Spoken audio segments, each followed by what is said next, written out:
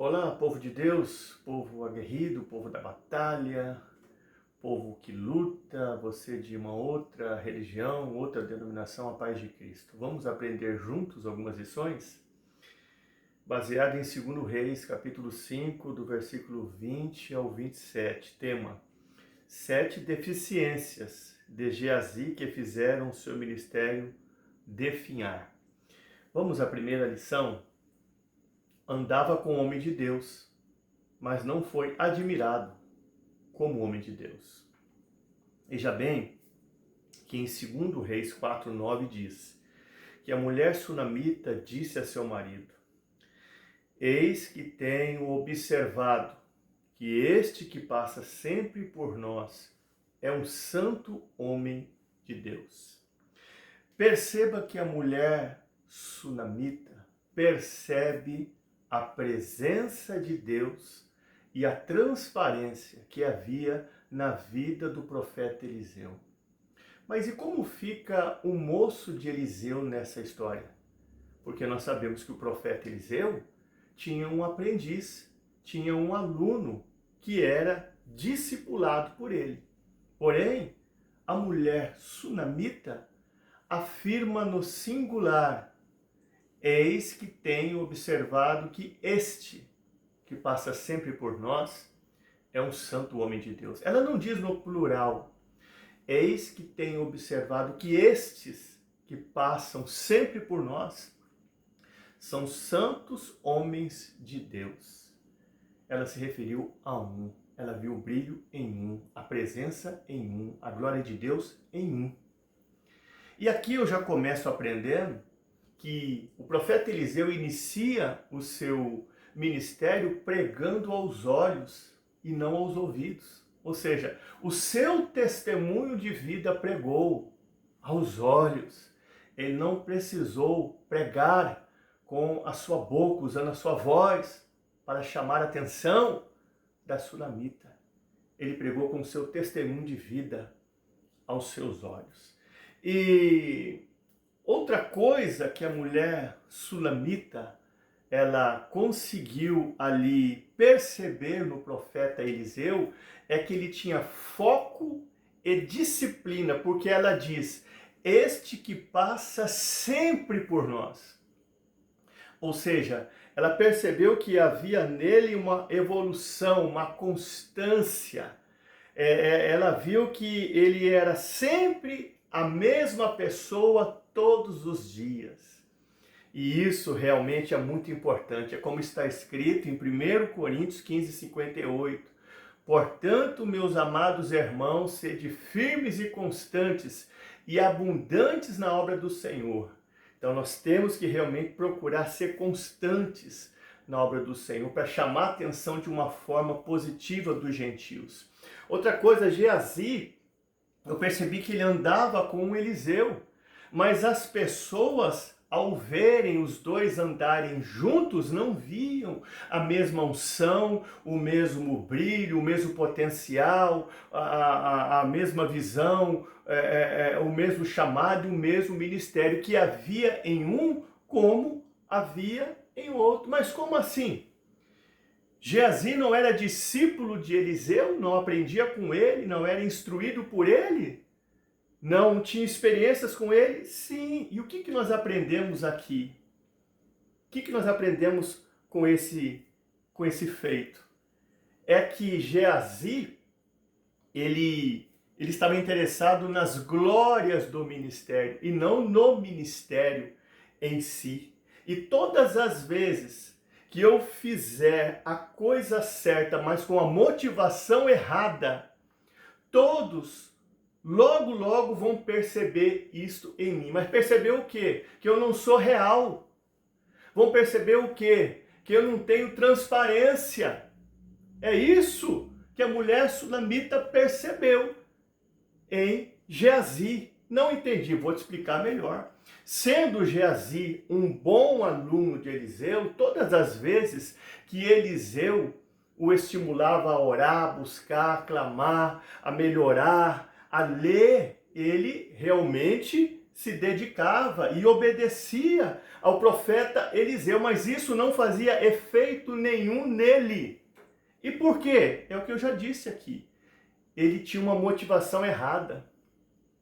A motivação dele não era exercer um ministério que requer o custo de disciplina, de realmente você renunciar.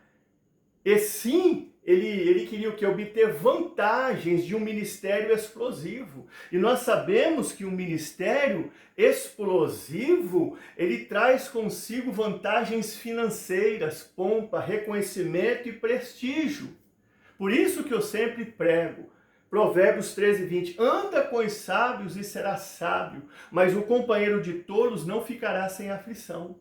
Por isso que eu acho que vai se cumprir Mateus 7:22 na vida de muitos crentes geazis que estão dentro da igreja. Senhor, em teu nome profetizamos, em teu nome expulsamos demônio, em teu nome fizemos muitas maravilhas, apartai-vos de mim, vós que praticais a iniquidade. Tem muitas pessoas que andam com pessoas de Deus, mas de Deus não tem nada. Esta é a primeira lição. Segunda lição, Geazi faz, estou cuidando do tempo, valorizar e valer a pena ter recebido o seu nome. O nome Geazi em hebraico significa vale da visão, vale a parte mais baixa da terra, onde há muitas depressões. Então isso quer dizer que o nome Geazi, que significa vale da visão, tem a ver com aquele que só vê as coisas de baixo. Porém, a Bíblia nos exorta a ter um outro comportamento. Se nós formos lá em Colossenses 3:1, está relatado: se é que já ressuscitastes com Cristo, buscai as coisas que são de cima e não as coisas que são da terra. Pensai nas coisas que são do alto e não nas coisas que são de baixo. E onde que Geazi fez valorizar mais ainda o seu nome e fez valer a pena ter recebido esse nome de seus pais? Está lá em 2 Reis, capítulo 6, versículo 15 ao 17, em que Geazi se levanta de manhã cedo para fazer um café e logo avista o exército do rei da Síria, que cercou a cidade. Então ele diz: ah, Senhor meu, o que faremos? O profeta Eliseu diz para ele: não temas, maior são aqueles que estão conosco do que aqueles que estão com eles. Ora por ele, para que os seus olhos se abram. Os olhos de Geazi se abrem e lá no monte, em cima, ele vê o exército do Senhor. Mas antes dele ter visto lá em cima o exército do Senhor, ele estava vendo só embaixo a perseguição, a luta, a adversidade, o cerco, o fecho que houve naquele lugar. Ele realmente só via as coisas de baixo. E se cumpriu na vida dele 1 Coríntios 2,14. Ora, o homem natural não compreende as coisas do Espírito de Deus, porque lhe parecem loucura e ele não pode compreendê-las, porque elas se discernem espiritualmente. Mas aquele que é espiritual discerne bem tudo e de ninguém é discernido. Quando Eliseu ora por ele, creio eu, e diz: não temas, porque maiores são os que estão conosco do que aqueles que estão com eles, eu acredito que Geazi disse: cadê? Na onde? Eu não estou vendo nada. Porque ele era natural, porque ele era carnal. Assim estão muitos crentes Geazis dentro da igreja, naturais, em meio a muitos cristãos espirituais. Assim estavam os caminhantes de Emaús, lá em Lucas 24:25, Jesus tem que dizer para eles que estavam naturais como Geazi, honestos e tardos de coração, para crer tudo o que os profetas disseram. Não convinha que o Cristo padecesse para depois alcançar a sua glória? Aí Jesus então faz uma obra na vida deles e em Lucas 24:45 está escrito: então abriu-lhes o entendimento para que compreendessem as Escrituras. Aí Jesus os exorta a esperar, está lá em Lucas 24:49. Eis que vos envio a vós a promessa do meu Pai. Ficai, porém, na cidade de Jerusalém, até que do alto sejais revestidos de poder. Mas voltando ao assunto do nome que Geazi fez valorizar e valer a pena ter recebido de seus pais, tem muitos cristãos dentro da igreja Geazi que valorizam mais o seu nome do que o nome de Jesus. Nós sabemos que lá em Marcos 16:7 está relatado: em meu nome expulsarão demônios, falarão novas línguas, e se tomarem alguma coisa mortífera não lhes fará mal algum, colocarão as mãos sobre os enfermos e eles ficam curados. Em Lucas 10:17 diz: e os 70 voltaram com grande alegria, dizendo: Senhor, pelo teu nome até os demônios se nos sujeitam. Agora, se é pelo nome de Jesus que vamos chegar em algum lugar na vida ou no ministério, porque existem tantas pessoas, tantos cristãos dentro da igreja que dão tanta importância para o seu nome e dão tanta importância em saber que os seus nomes estão causando impacto. Não se engane, existem muitos cristãos Geazis dentro da igreja que estão querendo somente fazer o seu nome. Porém, não adianta nós agirmos como Geazi, que fez valer a pena ter o seu nome, valorizou o teu nome ao ponto de se alegrar por ter recebido de seus pais esse nome. Se quando eu morrer, o meu nome não estiver escrito no livro da vida, está lá em Apocalipse 20:15. O próprio Jesus, ele disse que não adianta eu me alegrar tanto com as façanhas aqui da terra, o mais importante é eu me alegrar, porque o meu nome está escrito no livro da vida, está lá em Lucas 10:20. E nós viemos aprender com essa segunda lição de Geazi. Terceira lição, olha o tempo. Geazi, estou vendo aqui só uma correção aqui. Geazi perdeu a chance de ser o profeta mais usado do Velho Testamento e acabou perdendo o chão também. Então, Elias deu lugar e foi usado por Deus em 7 grandes milagres. Eliseu deu lugar e foi usado por Deus em 14 grandes milagres. Imagina se Geazi tivesse dado lugar para Deus ousar na terra e não tivesse se perdido no ministério. Quanto mais ele não seria usado por Deus em sinais, prodígios, milagres e maravilhas aqui na terra. Perder não é uma coisa boa. E Geazi perdeu a chance de ser o profeta mais usado do Velho Testamento porque era carnal, porque era cobiçoso, porque era natural. Esaú perdeu a chance de ter o direito de primogenitura, porque se vendeu por um prato de lentilhas.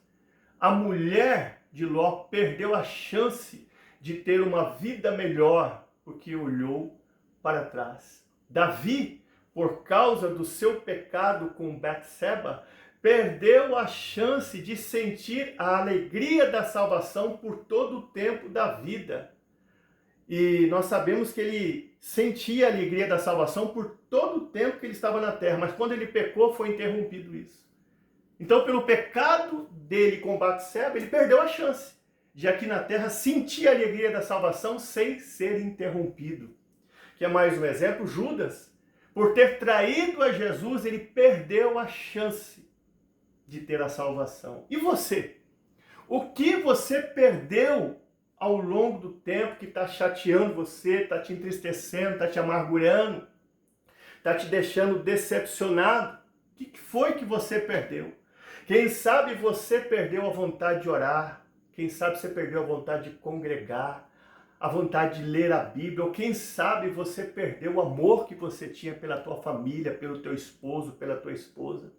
Ou quem sabe você perdeu a vontade de viver, ou quem sabe você perdeu a vontade de esperar as promessas de Deus se cumprirem na sua vida.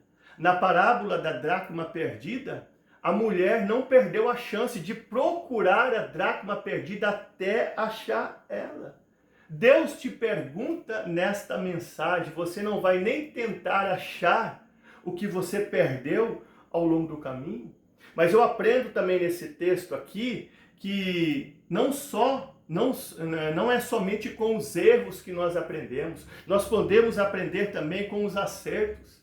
E Eliseu aqui nos dá um exemplo de nós realmente procurarmos acertar e aprender com nossos acertos. Você pode ver que o profeta Eliseu exorta o Geazi pela preservada que ele fez de ter ido lá em Naamã, o Ciro, arrancar dinheiro dele. Veja o que está escrito em 2 Reis 5:25. Eliseu diz: aonde você foi? Geazi diz: teu servo não foi a lugar nenhum. Eliseu responde: porventura não foi contigo o meu espírito? Então aqui nós percebemos que o profeta Eliseu não perde a chance de exortar, de confrontar a Geazi quando ele estava mentindo, quando ele estava ali no erro. Ele não perde essa chance.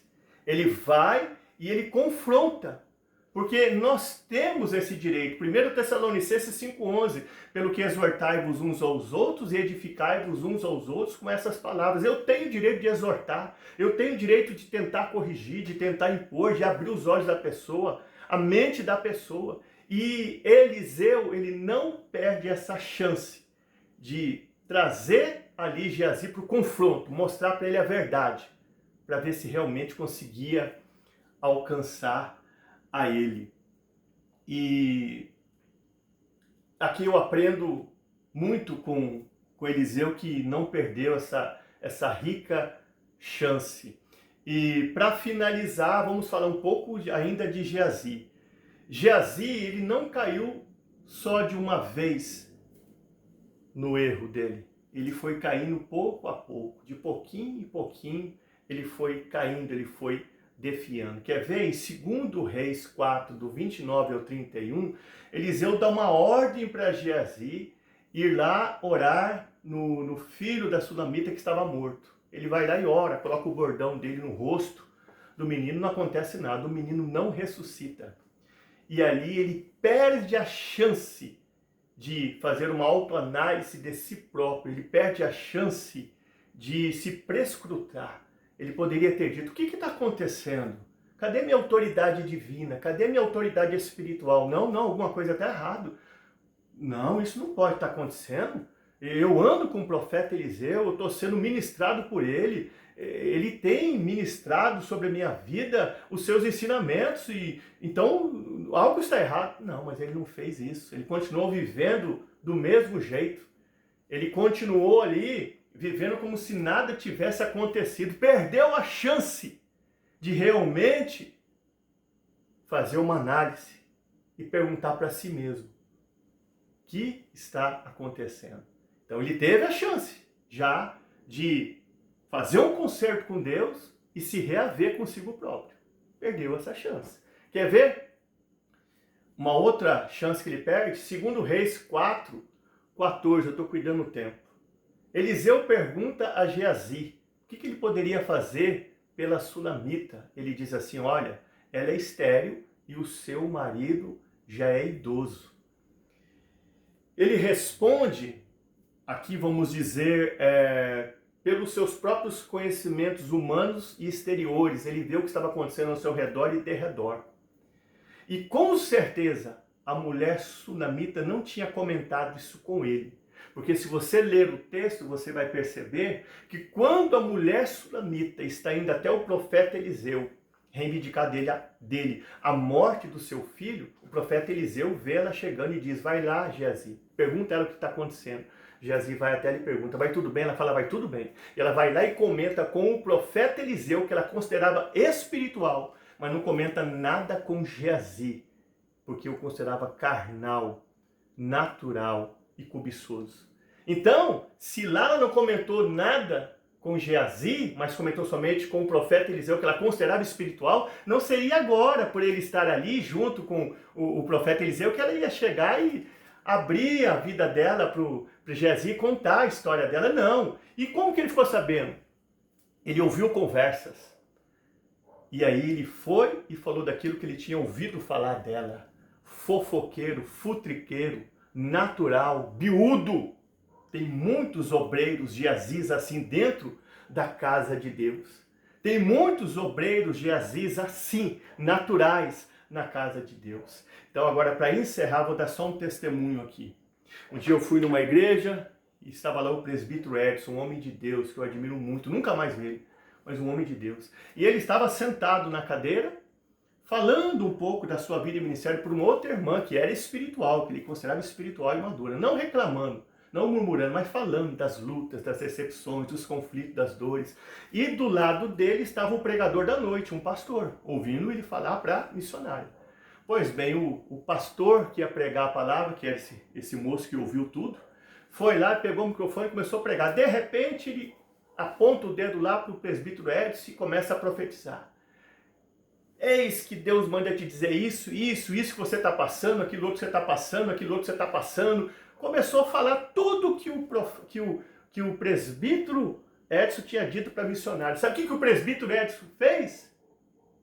Repreendeu ele em nome de Jesus. Fica quieto, obreiro. Deus não está falando nada para você. Você ouviu tudo que eu falei aqui para missionária. O Senhor te repreenda. Em nome de Jesus, virou as costas e foi embora. O pregador ficou assim com o microfone na mão, parado, os olhos estatalados olhando. Ele agiu certo? Não quero entrar nesses méritos. Mas eu estou te dando um testemunho. Esse pastor, ele não tinha tido revelações de Deus. Ele tinha ouvido tudo que o presbítero Edson tinha falado para a missionária. Então que nós venhamos aprender com esse texto. Que nós venhamos aprender. Que nós temos que aprender a não nos tornarmos como Geazi. Mas que nós venhamos crescer no ministério, expandir e chegar ao lugar da vitória. Fique com essa mensagem no coração.